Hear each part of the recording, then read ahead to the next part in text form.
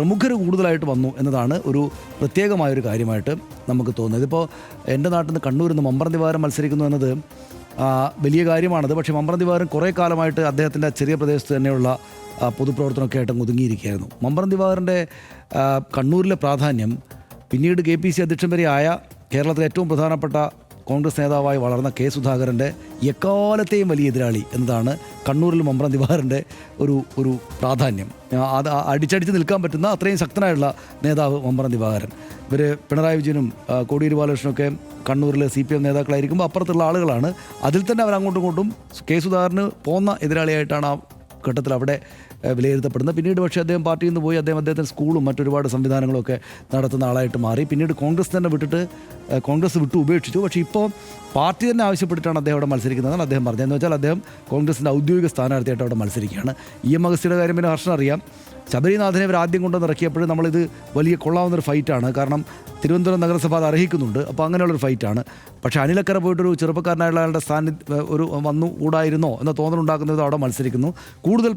കൂടുതൽ പ്രമുഖരിങ്ങനെ വന്നിട്ട് നിയമസഭയിലേക്ക് മറ്റും വന്നിരുന്ന ആളുകൾ തിരുവനന്തപുരത്ത് അവരുടെ പ്രധാനപ്പെട്ട പ്രവർത്തന കേന്ദ്രമാക്കിയിരുന്ന കുറേ കൂടെ സംസ്ഥാന രാഷ്ട്രീയത്തിൽ വിഹരിച്ചിരുന്ന ആളുകൾ പഞ്ചായത്തുകളിലേക്ക് പോകുമ്പോൾ ചെറിയൊരു പ്രശ്നമുള്ളത് ശബരിനാഥൻ തിരുവനന്തപുരത്ത് മത്സരിക്കുന്ന പോലെയല്ല.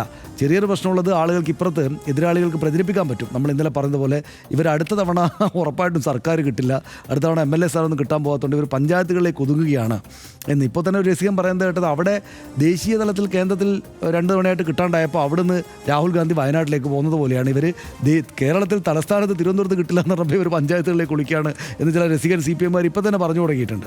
അപ്പോൾ അത് ഒഴിച്ചാൽ ബാക്കി കാര്യങ്ങളെല്ലാം സ്വാഭാവികമായിട്ടും അങ്ങനെ പോകും. CPMൻ്റെ അവരും നേരിടുന്നു ഈ പ്രശ്നം എന്നതാണ്. അവർക്ക് സാധാരണത്തിൽ അവരൊരു വാക്ക് പറഞ്ഞാൽ അവിടെ നിൽക്കേണ്ടതാണ്. പ്രാദേശിക സ്ഥലങ്ങളിൽ അടക്കം സുഘടിതമായിട്ട് പാർട്ടി സംവിധാനമൊക്കെ ഉള്ളതാണ്. പക്ഷേ പയ്യന്നൂരടക്കം നമ്മൾ കണ്ടു. പ്രധാനപ്പെട്ട മറ്റൊരു കാര്യം എനിക്ക് തോന്നിയത് നമ്മൾ ഹർഷം കഴിഞ്ഞ ദിവസം പറഞ്ഞാണത് ലീഗിൻ്റെ ഈ ഒരു പ്രൊട്ടസ്റ്റ്.